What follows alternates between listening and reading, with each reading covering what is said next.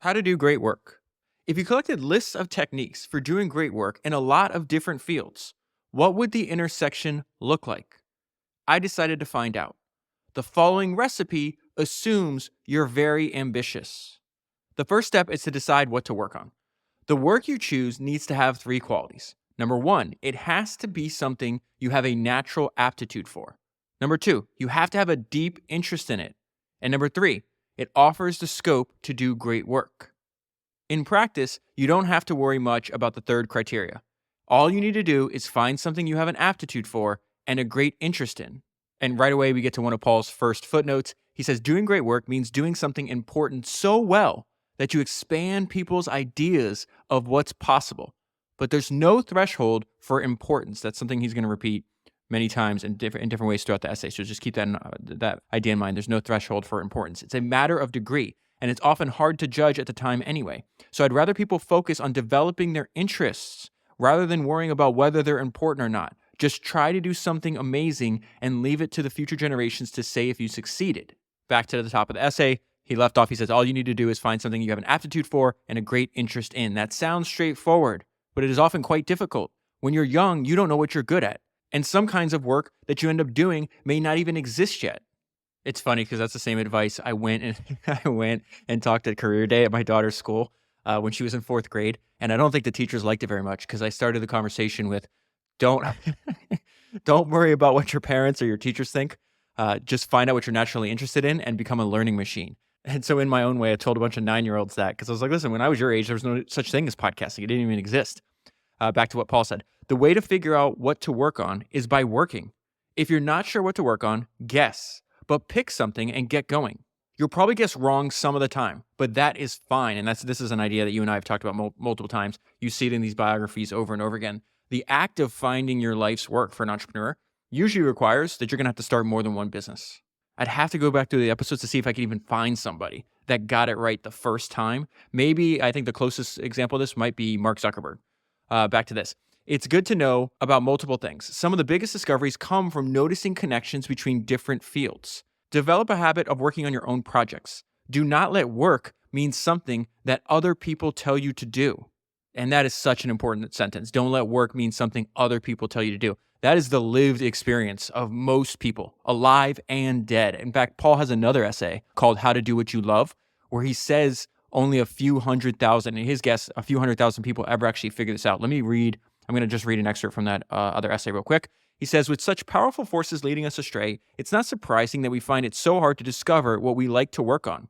Most people are doomed in childhood by accepting the axiom that work equals pain. Those who escape this are nearly all lured onto the rocks by prestige or money. How many even discover something they love to work on? A few 100,000 perhaps out of billions. And so I think that sentence hits even harder after you read the excerpt from his past essay. Don't let work mean something other people tell you to do. If you do manage to do great work one day, it'll probably be on a project of your own. What should your projects be? Whatever seems to you excitingly ambitious. As you grow older and your taste in projects evolves, exciting and important will converge. But always preserve excitingness. I love that maxim, always preserve excitingness. There's a kind of excited curiosity that's both the engine and the rudder of great work.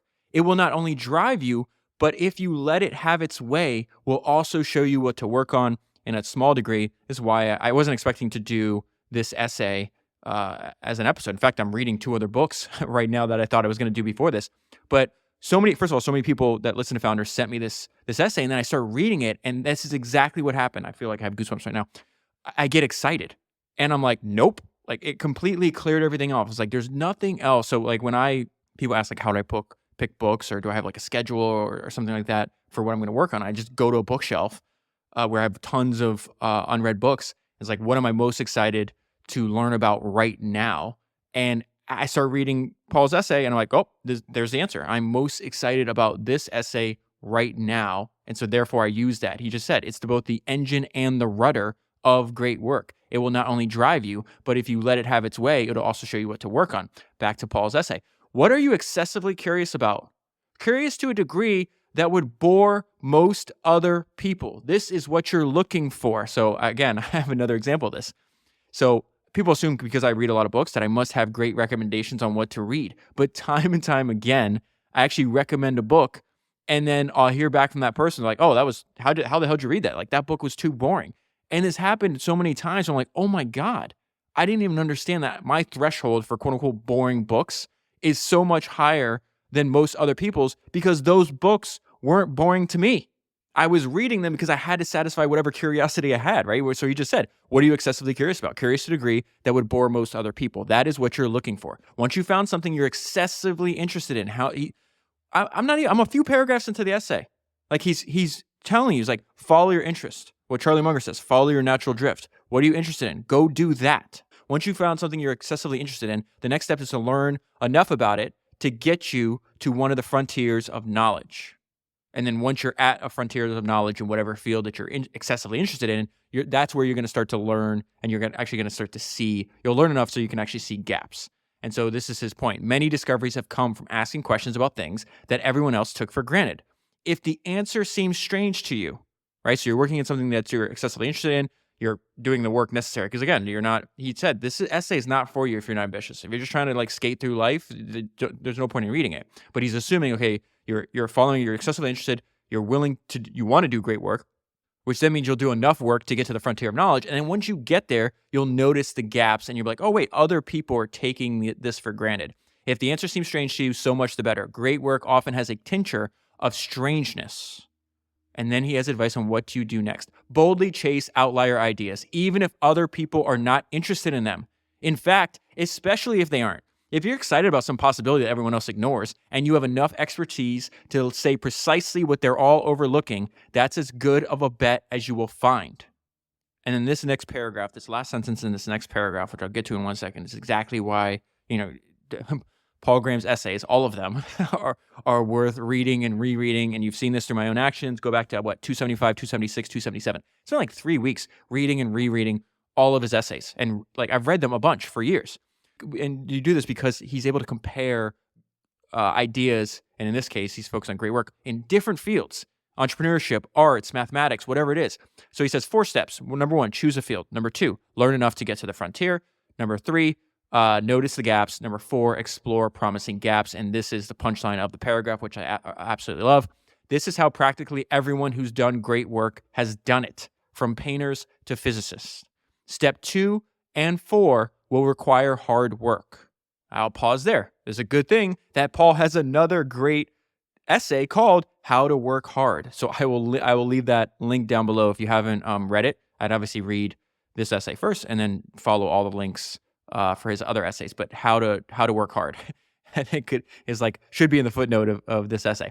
So it says that steps 2 and 4 require hard work. It may not be possible to prove that you have to work hard to do great things, but the empirical evidence is on the scale of the evidence for mortality.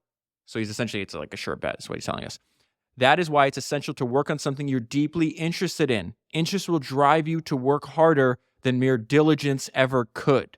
And we've seen this over and over again. Go back to Naval Ravikant, go back to Michael Jordan, Edwin Land, Steve Jobs. They'll say the same thing. They find work that feels like play. They're so intensely and deeply interested in it that they have no choice. And you just wind up in a spot where this strange convergence happens, where you're working all the time and it feels like you're never working.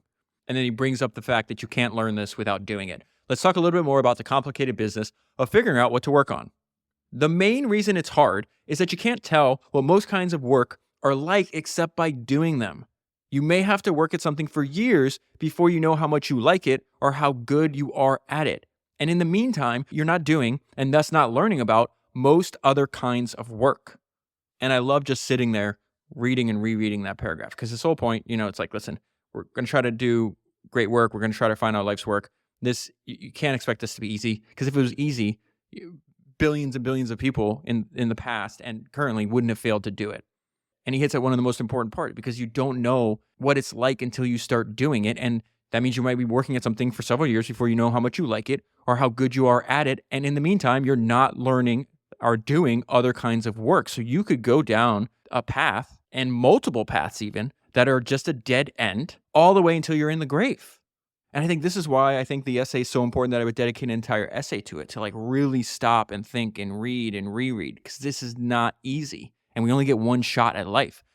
So then he goes into some of the things like why is this so complicated? Like there's certain structures and institutions that society has created that doesn't make this easier. And if you read, I think I have notes on this later, but Paul's essays a lot will just kind of like he's like constantly poking at the way we like our educational systems are set up. You can tell like he's just not a fan, and he's not hiding the fact that he's not a fan. So he says educational systems in most countries expect you to commit to a field long before you could know what it's really like, which is madness. Just doesn't make any sense. It would be better if they at least admitted that the system not only can't do much to help you figure out what to work on, but is designed on this is so crazy. This is the great thing about his writing because it's so like refined.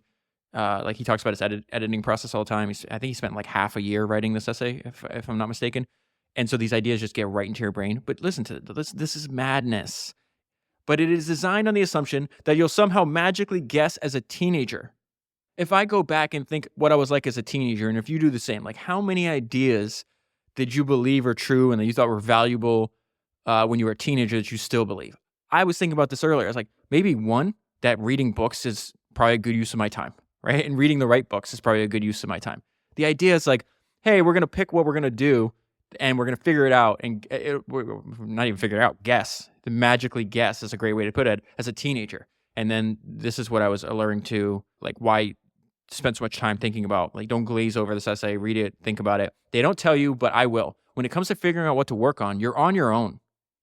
And so then he gets into the importance of you're only going to figure this out. You have to take actions. Do not be passive. What should you do if you're young and ambitious but don't know what to work on? What you should not do is drift along passively, assuming the problem will solve itself. You need to take action. When you read biographies of people who've done great work, it's remarkable how much luck is involved. They discover what to work on as a result of a chance meeting or by reading a book that they happen to pick up. I need to pause here. This has been on my mind a ton. First of all, obviously, what Paul said there is completely right. You can read a lot of biographies. You just read people who've done great work, which is this entire podcast. It's remarkable how much luck is involved, right?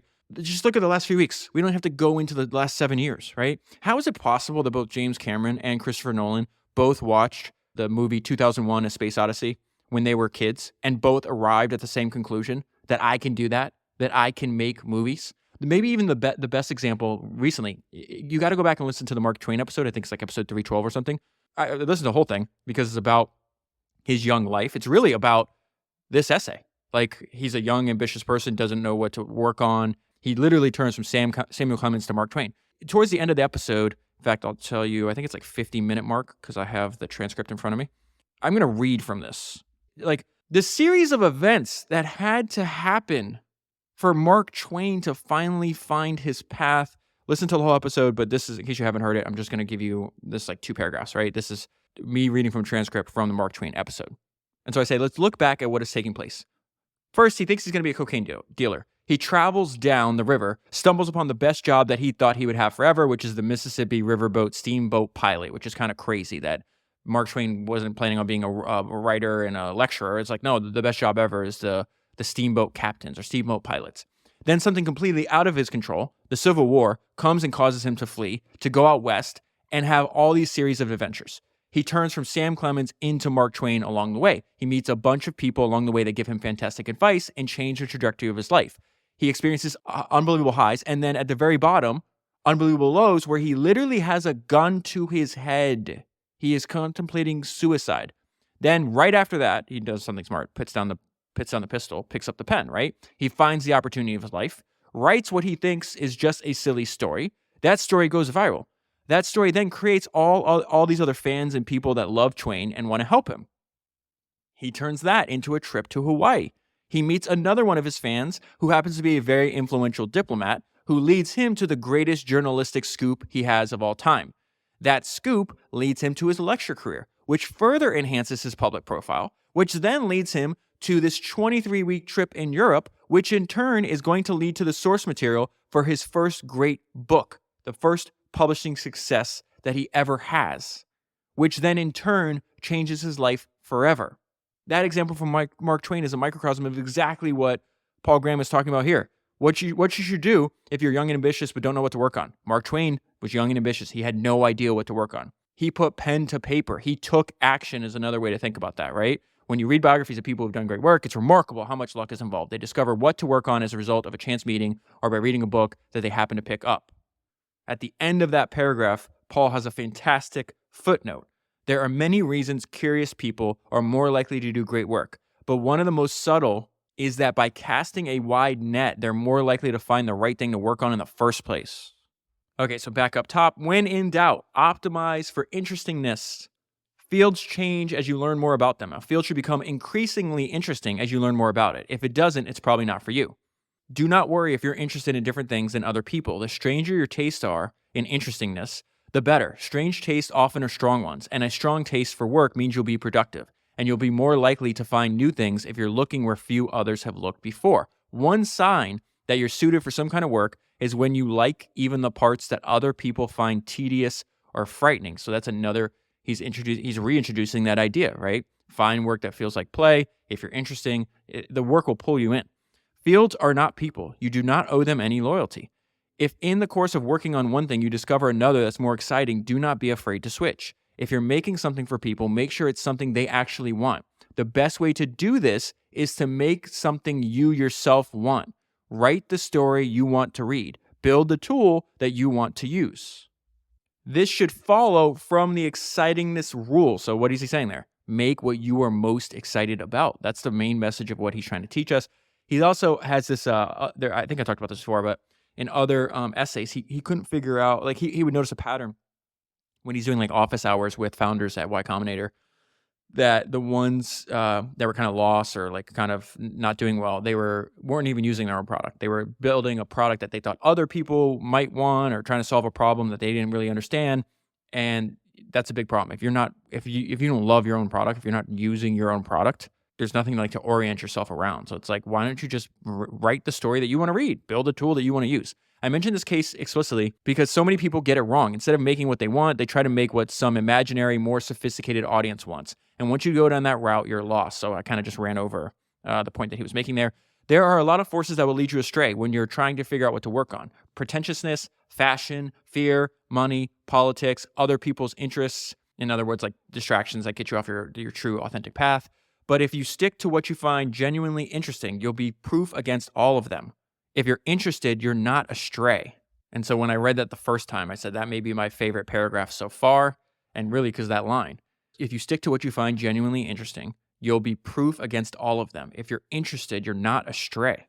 This idea will be very familiar to you and I. It's why my number one recommendation is still James Dyson's first autobiography, Against the Odds. Following your interests usually means following them past rejection and failure. It does take a good deal of boldness. While you'll need boldness, you usually don't need much planning. In most cases, the recipe for doing great work is simply work hard on excitingly ambitious projects and something good will come of it.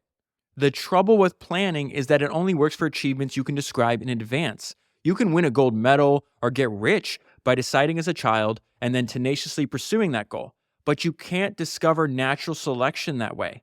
I think for most people who want to do great work, the right strategy is not to plan too much. At each stage, do whatever seems most interesting and gives you the best options for the future. I call this approach, let me pause, I need to repeat that. At each stage, do whatever seems most interesting. He's repeated that to us, 15 times maybe so far in different ways. At each stage, do whatever seems most interesting and gives you the best options for the future. I call this approach staying upwind. This is how most people who've done great work seem to have done it. Even when you found something exciting to work on, working on it is not always going to be straightforward. There will be times when some new idea makes you leap out of bed in the morning and get straight to work. But there will also be plenty of times when things are not like that. You don't just put out your sail and get blown forward by inspiration. There are headwinds and currents and hidden shoals. So there's a technique to working just as there is to sailing. For example, while you must work hard, it's possible to work too hard. And if you do that, you'll find you get diminishing returns. Fatigue will make you stupid and eventually even damage your health. The point at which work yields diminishing returns depends on the type. Some of the hardest types you might only be able to do 4 or 5 hours a day. Ideally, those hours will be continuous. To the extent you can, try to arrange your life so you have big blocks of time to work in. Edwin Land said it best. I'll never stop repeating this quote because it's one of my favorites. My whole life has been spent trying to teach people that intense concentration for hour after hour can bring out in people resources they didn't know they had. Paul Graham says, ideally, those hours will be continuous. To the extent you can, try to arrange your life so you have big blocks of time to work in. It is usually a mistake to lie to yourself if you want to do great work, but this is one of the rare cases where it isn't. When I'm reluctant to start work in the morning, I often trick myself by saying, I'll just read over what I've got so far. 5 minutes later, and I've found something that seems mistaken or incomplete, and I'm off and running. So he's talking about tricking himself into working even when you don't feel like it. And he talks about similar techniques work for starting new projects. And he says it's okay to lie to yourself about how much a project will entail. For example, lots of great things began with someone saying, how hard could it be? He's absolutely right on that. How many times? I've lost count of how many times I've read in these biographies. After this is done, they'd be like, I would have never done this to begin with. I would have never even tried it if I actually knew going into it how hard or difficult or painful it would wind up being. So there is some kind of like benefit to, I don't want to call it like blissful, I guess blissful ignorance maybe is the way to think about that. Try to finish what you start, though even if it turns out to be more work than you expected. Finishing things is not just an exercise in self-discipline. In many projects, a lot of the best work happens in what was meant to be the final stage. So I got to pause there because I had a weird idea that came to mind that was prompted by reading that. So it's like, listen, you just try to finish what you start, even if it's more work than you expected. Finishing things is not just an exercise in self-discipline. In many projects, a lot of the best work happens in what was meant to be the final stage. I would say that's true for people's lives too. I was trying to figure out, like, when you're reading these stories, like, why do so many, like, you're not going to find many people. I'm talking about in like entrepreneurship, not like scientific discovery or something. Like, you're not going to find many people that like make their best business or their best product when they're like 20 or like 25. And this happened so much. I was like, why do so many people wind up doing their best work many decades into their career? And I think the obvious answer would be like, I was thinking about this. It's like, okay, well, yeah, it's like they've had 3 decades as an entrepreneur to practice. Like, they've started a bunch of businesses. Now they know their industry better. They just understand the shape of the work and what they want to do.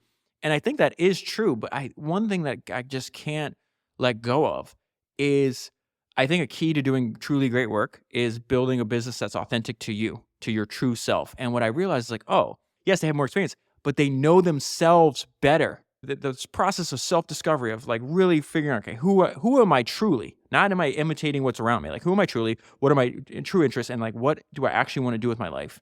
That process is usually take many, many decades. So it's like, yeah, they had a lot more experience and practice as an entrepreneur, but they also know themselves way better multiple decades into their career than when they started. And I think there's a relationship between those two things. Back to this essay. Another permissible lie is to exaggerate the importance of what you're working on, at least in your own mind. If that helps you discover something new, it may turn out not to have been a lie at all.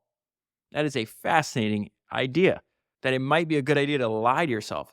Exaggerate, right, the importance of what you're working on, at least in your own mind. If that helps you discover something new, it may turn out to not have been a lie at all. And so the footnote on that idea is, he says, this is an idea I learned from this book called A Mathematician's Apology. And he says, I recommend to anyone ambitious to do great work in any field. And he follows that interesting idea up with another one. This is Paul's theory on per-project procrastination. Per-project procrastination. Since there are two senses of starting work, per day and per project, there are also two forms of procrastination. Per-project procrastination is far more dangerous. You put off starting that ambitious project from year to year because the time isn't quite right. One reason per-project procrastination is so dangerous is that it usually camouflages itself as work. You're not just sitting around doing nothing. You're working industriously on something else. You're too busy to notice it. And then I love his simple guide on how to catch if we're actually doing this. The way to beat this is to stop occasionally and ask yourself, am I working on what I most want to work on? When you're young, it's okay if the answer is sometimes no, but this gets increasingly dangerous as you get older. Just ask yourself, am I working on what I most want to work on? Great work usually entails spending what would seem to most people an unreasonable amount of time on a problem. I have to pause there. When I read that sentence, immediately what comes to mind, when Steve Jobs said that everything great has a shared ingredient, time. Paul says great work usually entails spending what would seem to most people an unreasonable amount of time on a problem. Great work happens by focusing consistently on something you're genuinely interested in. When you pause to take stock, you'll be surprised on how far you've come. The reason we're surprised is that we underestimate the cumulative effect of work. Oh, another great paragraph. This is going to be an essay I'm going to read multiple times throughout my life. I hope you read the entire thing when you're done listening to this. Writing a page per day doesn't sound like much, but if you do it every day, you'll write a book a year. That is the key, consistency. People who do great things don't get a lot done every day. They get something done rather than nothing. And if you do work that compounds, you'll get exponential growth. The trouble with exponential growth is that the curve feels flat in the beginning. It isn't. It is still a wonderful exponential curve, but we can't grasp that intuitively. So we underrate exponential growth in early stages. Something that grows exponentially can become so valuable that it's worth making an extraordinary effort to get started. Ugh, this is so good. Okay. Something that grows exponentially. Check this out. I'm going to tell you something that I was thinking about when I was reading this. Something that grows exponentially becomes so valuable that it's worth making an extraordinary effort to get started. So I listen to podcasts with my daughter. She's 11. And right now she loves Taylor Swift. So we were listening to the Acquired podcast episode on Taylor Swift. Acquired is made by my friends Ben and David. And I can't remember if Ben or David said it, but one of them said that Taylor Swift, early in her career, right? She personally responded to like 25,000 messages from fans on the blogging platform Tumblr that was like popular back in the day when she was just starting out. So it's like this idea. It's like 25,000 personal responses to the small fan base that she had. It had to feel at that time to her like the curve is going to feel flat to her because it's still the beginning. Now you fast forward, 15 years later or maybe 20 years later. She might have been like 15 when she was doing it. So it might be 20 years ago. And now she's selling out stadiums back to back to back, like multiple days. Like I was just looking her show in LA. I think she's doing the stadium there like 5 nights in a row or something like that. But this idea, something that grows exponentially becomes so valuable that it's worth making an extraordinary effort to get started. This is something that a young Taylor Swift understood intuitively. It's amazing. Work doesn't just happen when you're trying. There's a kind of undirected thinking you do when walking or taking a shower or lying in bed that can be very powerful. By letting your mind wander a bit, you'll often solve problems you were unable to solve by frontal attack. And again, this has just been top of mind.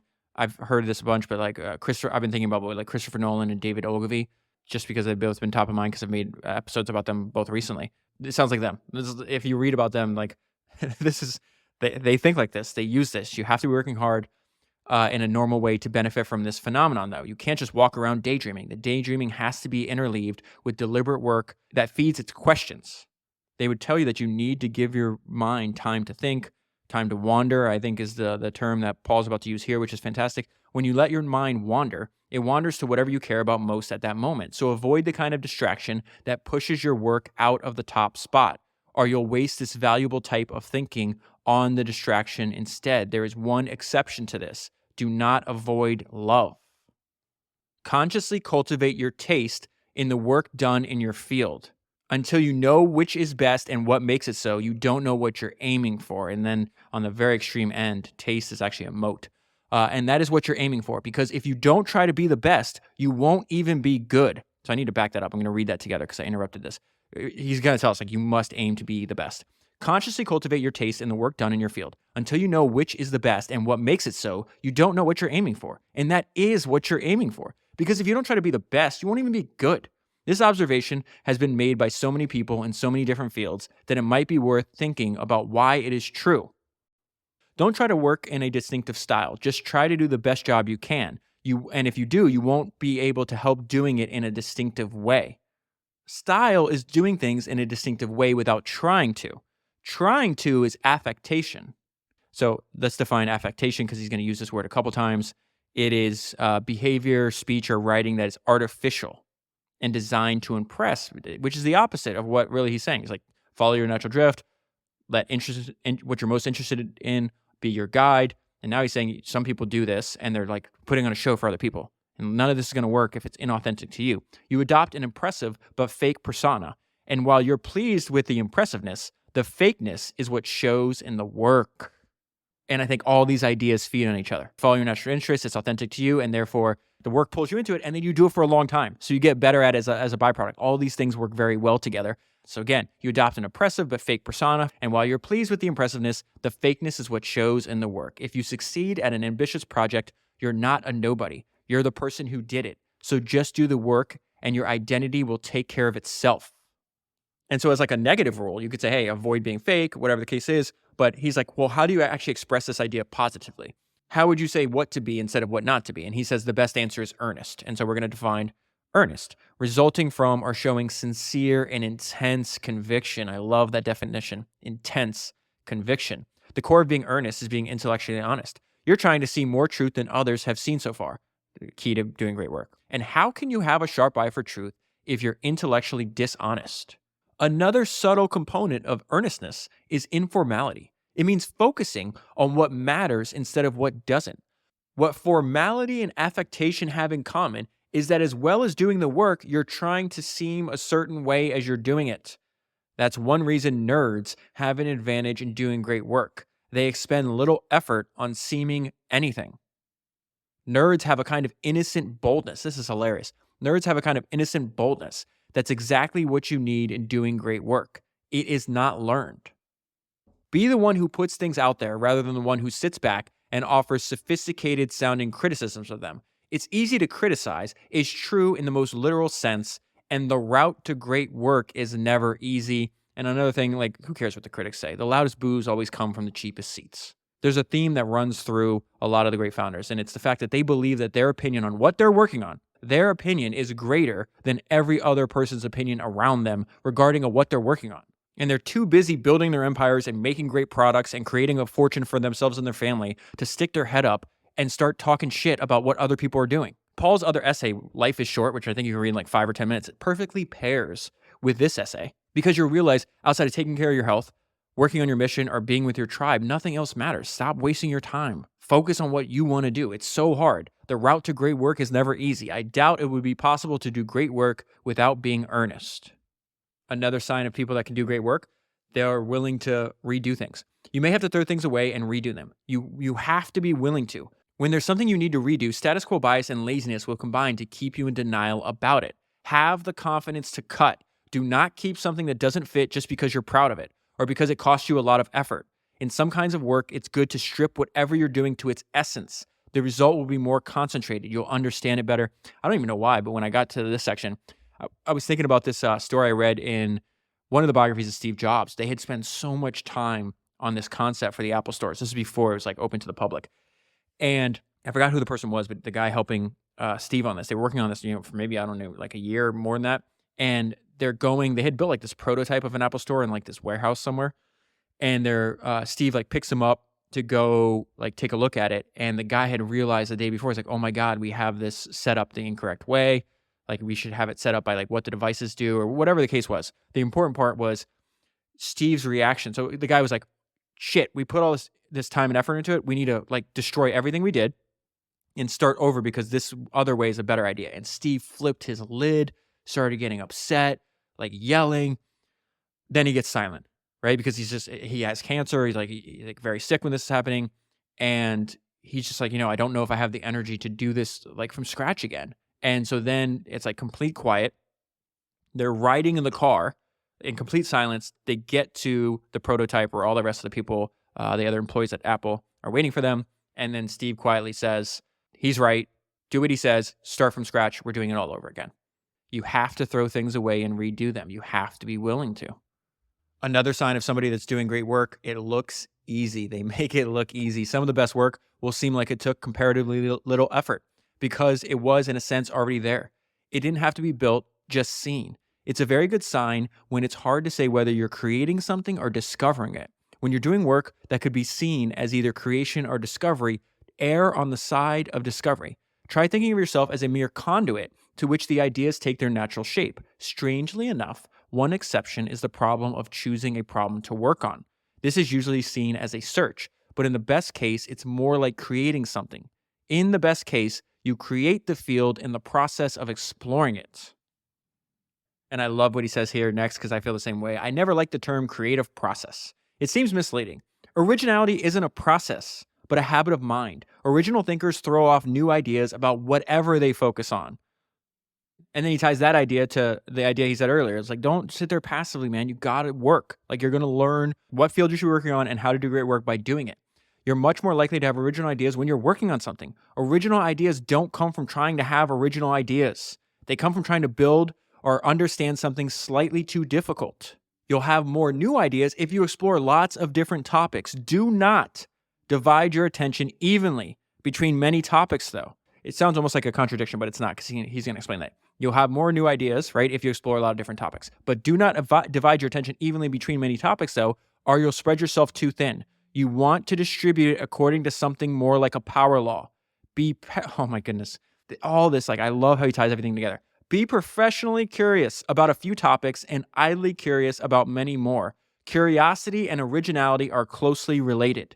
Having new ideas is a strange game because it usually consists of seeing things that were right under your nose. Once you've seen a new idea, it tends to seem obvious. When an idea seems simultaneously novel and obvious, it's probably a good one. And then he gets into, like, why is this such a strange game? And another way to say it's like, why is this, like, such present in such a small percentage of humanity? Seeing the new idea usually requires you to change the way you look at the world. It's admitting to yourself that you have a broken model of the world, right?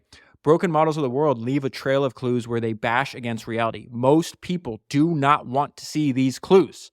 It would be an understatement to say that they're attached to their current model. And I think underneath all this, like, the main cause is because people are terrified of change, which is strange because we're living in a world where the only constant thing is change. In fact, I was reading this essay and then going through a bunch of other quotes that Paul collects on his website that I think are excellent.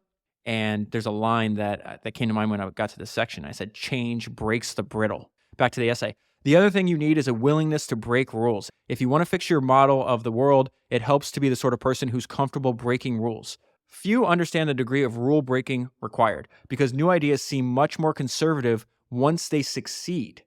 That ties to what he said at the beginning of the section, the fact that it's fascinating that once we discover a new idea, it tends to seem obvious after the fact. They seem perfectly reasonable once you're using the new model of the world they brought with them.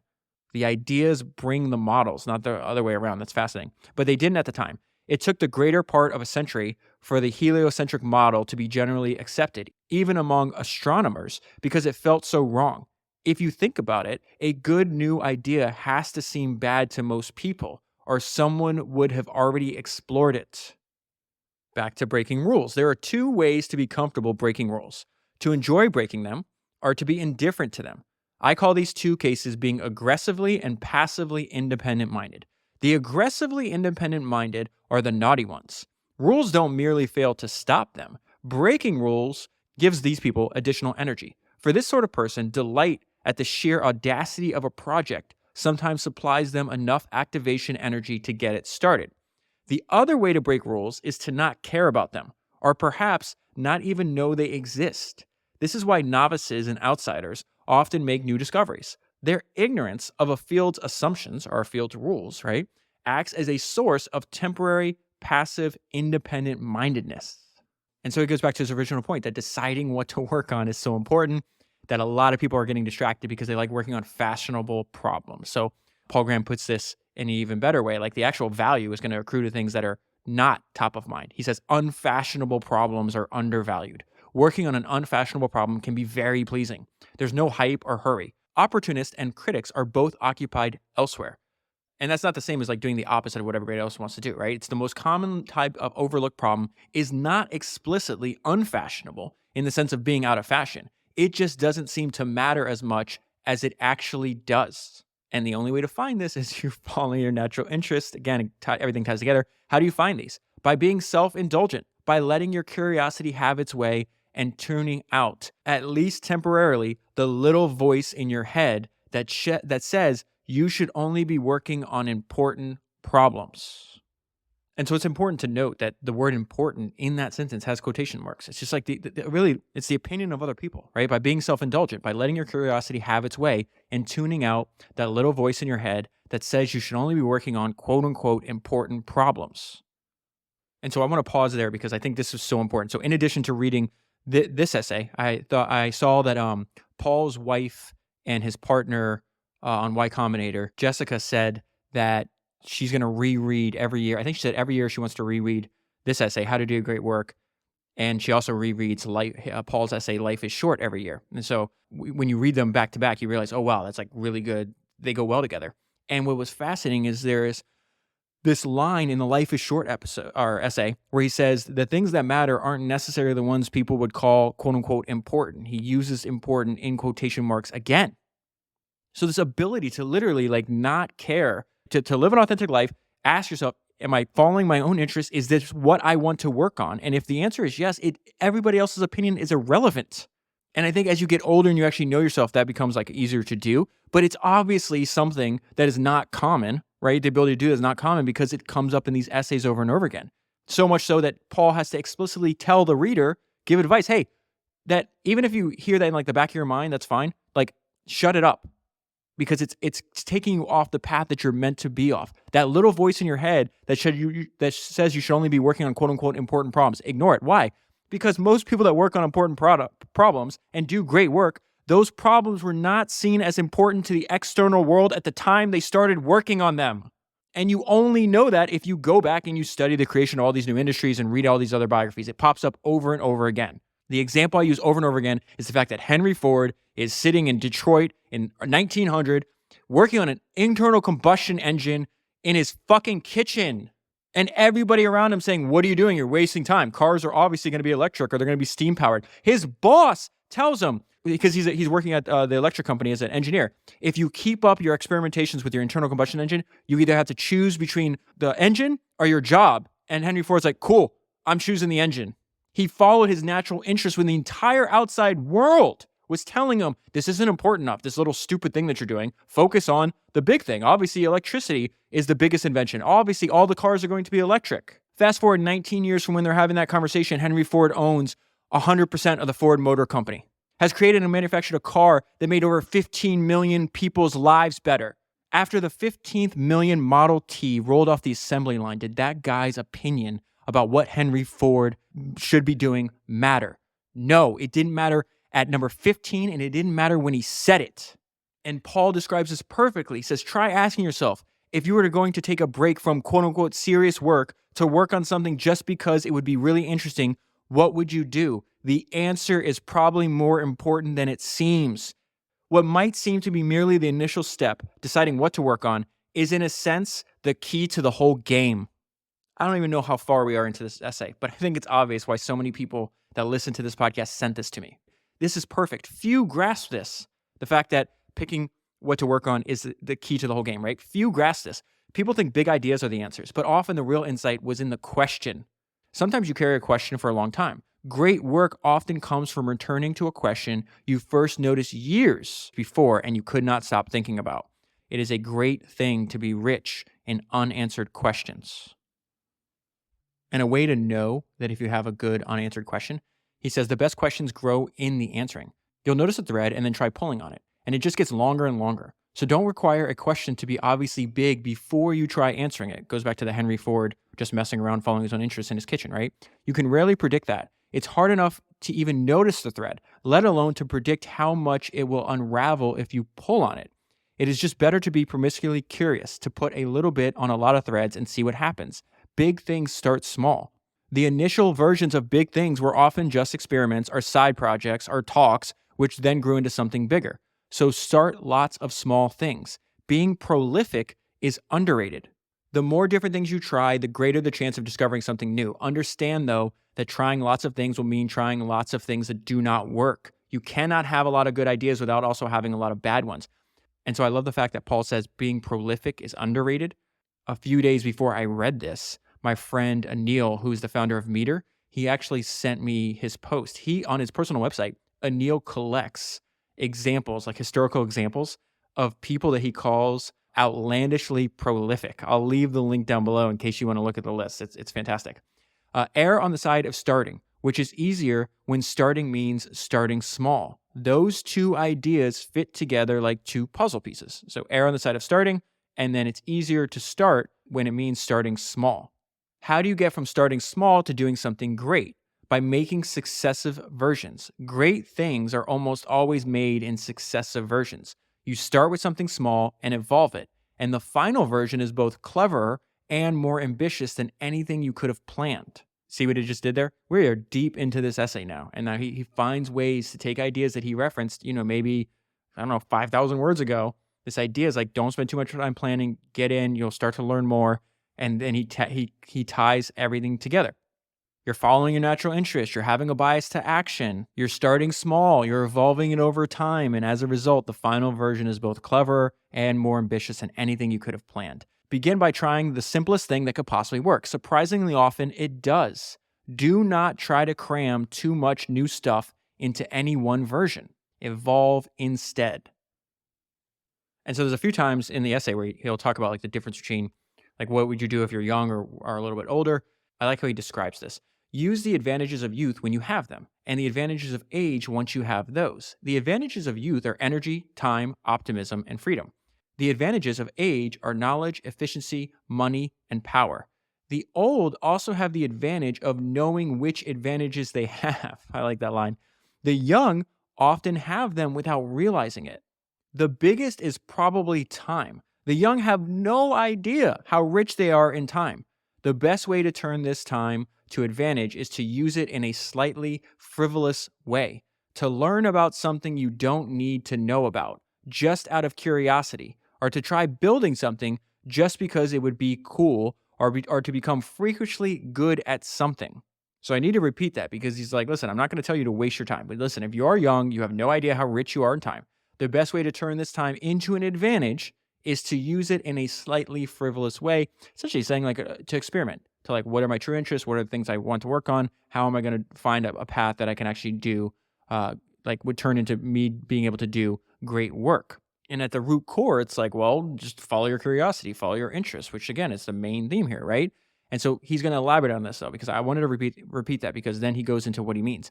Spend time lavishly when you're young, but don't simply waste it. There's a big difference between doing something you worry might be a waste of time and doing something you know for sure will be. And so the ability to spend time lavishly is something that only the young have, right? Now he talks about if you're a little older, you have another advantage. One of the most valuable kinds of knowledge you get from experience is to know what you don't have to worry about. The young know all the things that could matter, but not their relative importance. So they worry equally about everything, when they should worry much more about a few things and hardly at all about the rest. And a source of this confusion about, okay, well, like they're worried about everything equally when it's like just focus on the really important things and ignore everything else. So the source of the confusion, he goes back to this is the problem with school. It just fills your head with a bunch of nonsense. So everybody, almost by default, will arrive at adulthood with a head full of nonsense. And he says much of that nonsense left in your head is left there by schools. Schools induce passivity. The sooner you overcome this, the better. Schools also give you a misleading impression of what work is like. In school, they tell you what the problems are, and they're almost always solvable using no more than what you've been taught so far. In real life, you have to figure out what the problems are, and you often don't know if they're solvable at all. But perhaps the worst thing that schools do is they train you to win by hacking the test. You cannot do great work by doing that. So stop looking for that kind of shortcut. Do not skimp on the work itself. Don't think of yourself as dependent on some gatekeeper giving you a big break. Even if this were true, the best way to get it would be to focus on doing good work rather than chasing influential people. It's that idea that you should try to be so good that people can't ignore you. People new to a field will often copy existing work. There's nothing inherently bad about that. There's no better way to learn how something works than trying to reproduce it. Nor does copying necessarily make your work unoriginal. Originality is the presence of new ideas, not the absence of old ones. And then he goes into why you want to study all the great work that came before you, not just the work in like your field or your industry. One of the most powerful kinds of copying is to copy something from one field into another. History is so full of chance discoveries of this type that it's probably worth giving chance a hand by deliberately learning about other kinds of work. You can take ideas from quite distant fields if you let them be metaphors. That is, I gotta repeat that. I love that. One of the most powerful kinds of copying is to copy something from one field into another. History is so full of chance discoveries of this type that it's probably worth giving chance a hand by deliberately learning about other kinds of work. You can take ideas from quite distant fields if you let them be metaphors. And then he goes into something that's repeated through history a lot, especially at the beginning of industries. All the super talented people seem to be within close physical proximity to one another. If a lot of the best people in your field are collected in one place, it's usually a good idea to visit for a while. It will increase your ambition, and also by showing you that these people are human, increase your self-confidence. If you are earnest, you'll probably get a warmer welcome than you might expect. Most people, I love this idea. Most people who are very good at something are happy to talk about it with anyone who's genuinely interested. If they're really good at their work, then they probably have a hobbyist interest in it. And hobbyists always want to talk about their hobbies. Seek out the best colleagues. That is like the one line maxim of this section, right? Seek out the best colleagues. If you listen to the Mark Twain episode I referenced earlier, the best advice Mark Twain ever got that he followed for the remaining 44 years of his life was this American diplomat in Hawaii told him, "You have great ability. I believe you have genius. What you need now is refinement of association. Seek companionship among men of superior intellect and character. Refine." This is the punchline for me. Refine yourself and your work. Never affiliate with inferiors. Always climb. Paul Graham's way of saying that is seek out the best colleagues. Colleagues don't just affect your work, though. They also affect you. So work with people you want to become like, because you will. And he's going to go into why. Like, great work happens in clusters. We just see this over and over again. In fact, it's not merely better, but necessary. Judging from history, the degree to which great work happens in clusters suggests that one colleagues often make the difference between doing great work and not. Woo! We got to read that again. The degree to which great work happens in clusters suggests that one's colleagues often make the difference between doing great work and not. That's why you see so many of history's great founders, they repeat over and over again the importance of recruiting and finding a way to attract the very best people. Whether it's partners, employees, it doesn't matter. Like they all repeat this over and over again. And then Paul has this great way to tell if you've done this or not. How do you know when you have sufficiently good colleagues? In my experience, when you do, you know. Which means if you're unsure, you probably don't. And then the essay takes a fascinating turn because he talks about like maintaining your own like inner monologue and your own morale. Husband your morale. It is the basis of everything when you're working on ambitious projects. You have to nurture and protect it. I've done multiple episodes and read multiple books about Arnold Schwarzenegger, and he says this over and over again. Like, it's very dangerous when you start doubting yourself. He would very deliberately get away physically from people that would try to like either tell him, "Oh, Arnold, don't do that. It's impossible. Like, you can't, how can you be an actor? You can't, like, no one can even understand you, or you can't get famous for lifting weights and becoming a bodybuilder. Like, you can't become the governor of California. Like, what are you talking about?" And so this idea, it's like very dangerous. You're going to get enough negative input from like the external world. You can't have any coming from yourself. It's very dangerous when you start doubting yourself. Paul's saying here, it's like, listen, the basis of everything when you're working on ambitious projects. He goes back to why managing your inner monologue, your own morale is so important. Morale compounds via work. High morale helps you do good work, which increases your morale and helps you do even better work. If you're not doing work, that can demoralize you and make it even harder to do good work. Since it matters so much for this cycle to be running in the right direction, it can be a good idea to switch to easier work when you're stuck, just so you start getting something done. One of the biggest mistakes ambitious people make is to allow setbacks to destroy their morale all at once, like a balloon popping. You can inoculate yourself against this by explicitly considering setbacks a part of your process. Solving hard problems will always involve some backtracking. Never let setbacks panic you into backtracking more than you need to. It is not necessarily a bad sign if work is a struggle, any more than it's a bad sign to be out of breath while running. And so then he turns the essay and ties this all back into morale. An audience is a critical component of morale. And so this will become obvious, I think, as you go through this, but he's talking about like the people using whatever it is that you're making, right? You're making great work. It's not like you're the only person. It can't be great if you're the only person that sees it. So somebody is using the tool or listening to what you're doing or whatever, reading it, whatever it is. If you're just starting out, a small but dedicated audience can be enough to sustain you. If a handful of people genuinely love what you're doing, that is enough. Avoid letting intermediaries come between you and your audience. That point is actually very important. Avoid letting intermediaries come between you and your audience. When I first thought about that, I thought about Taylor Swift, like on Tumblr, right? Talking directly to her fans, to the people listening to her music. There's nobody in between her and her audience. Also can be applied in like the more like traditional like business product sense, where if you study the career of Edwin Land, he starts trying to he's always making innovations because he, is creating new technology, new patents, new science. And he was trying to sell into like, he wasn't connected to the end user. So he's trying to make automobile headlights safer, but he's got to sell and convince people, like a handful of people maybe in Detroit. And when he did that for many years and failed at it, he's like, I'm never letting anybody else get in between me and the customer. So then he starts making consumer goods, right? That he can talk directly to the customer, which is his cameras. And I think that's a really important observation. Like, okay, well, I failed when I couldn't communicate directly with the end customer because I was selling to car companies as opposed to the people driving the car. But I succeeded wildly when I had a direct connection with the customers, the one actually buying my cameras. And so Paul says, avoid letting intermediaries come between you and your audience. It is so liberating to escape it that you might be better off switching to an adjacent type of work if that work will let you go direct. And then back to this idea, get away from the naysayers, flee the doubters. Like, you don't need them. The people you spend time with will also have a big effect on your morale. Seek out the people who increase your energy and avoid those who decrease it. Do not marry someone who doesn't understand that you need to work or sees your work as competition for your attention. If you're ambitious, you need to work. It's almost like a medical condition. So someone who won't let you work either doesn't understand you or does and doesn't care. And I think Paul answers the question. I've been asked this question in the past. Like, do I think the people I cover and study in the podcast are like happier than the average person? And it's like, I don't know how to really answer that. And like, I kind of waffle. But this idea where it's like, oh, if you're ambitious, you need to work. It's almost like a medical condition. He says people who do great work are not necessarily happier than everyone else, but they're happier than they'd be if they didn't. That is a better way to think about it than I've ever come up with. In fact, if you're smart and ambitious, it's dangerous not to be productive.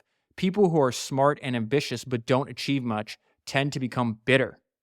And then he goes back into this recurring theme. Do not be guided by prestige. It is okay to want to impress other people, but choose the right people. The opinion of people you respect is signal. Fame, which is the opinion of a much larger group you might or might not respect, just adds noise.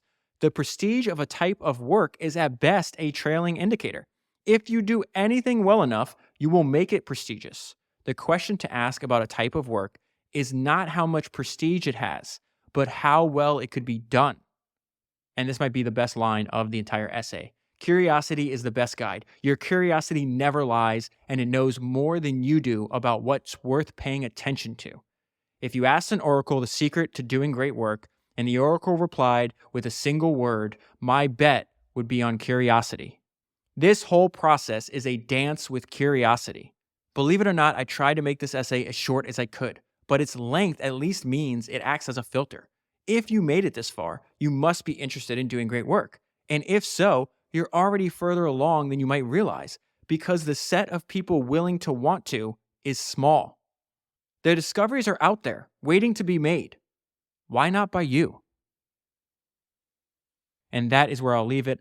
I highly, highly, highly recommend reading the entire essay. It'll be linked down below. And I will also link to Paul's essay, Life is Short, which I think should be read directly after reading this one. Thanks for listening this far, and I'll talk to you again soon.